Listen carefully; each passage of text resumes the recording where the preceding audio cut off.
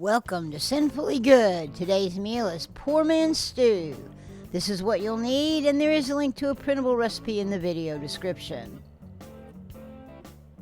We're going to start out by putting olive oil in our hot pot. Make it a good-sized pot because you need a stock pot. This is going to be a big meal. Go ahead and get your onions going. We're going to cook those until they're translucent.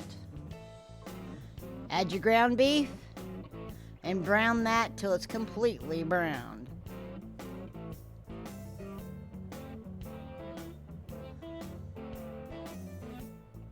Now we're not going to drain this, we're just going to add flour. That's about 4 tablespoons of flour. And just stir that in.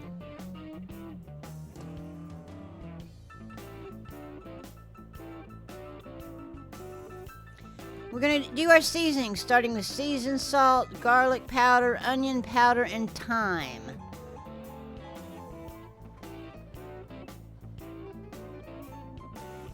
There's that garlic powder. Please don't forget to like, comment, and subscribe. It helps me out in the algorithms. I really need it. And it's fast and free. Stir all that in. Then add the red wine. We're going to stir the red wine. It's going to thicken up quite a bit, and we're also going to use it to help scrape off the bits off the bottom. That's all flavor. Add some Worcestershire sauce, or Worcestershire, however you want to say it. And stir that in as well.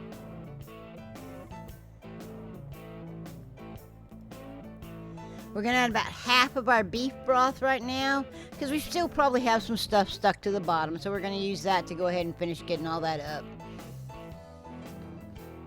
And then we'll pour the rest of it in and add our black pepper.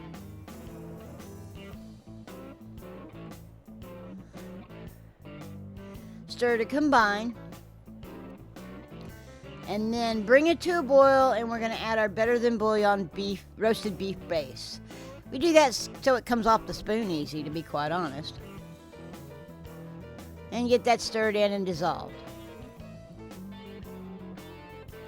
Then add the potatoes. We're going to cook those potatoes until they're starting to soften on the outside, but they're still pretty hard in the center.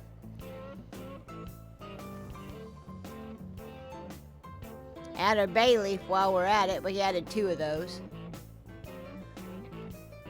I just kind of break the spines to help get them going.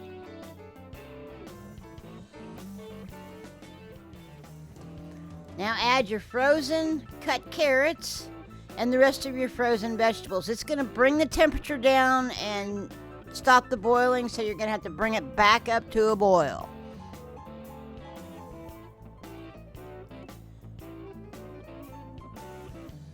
I don't know if you can find that stuff. It's here in Texas, but any mixed vegetable will do.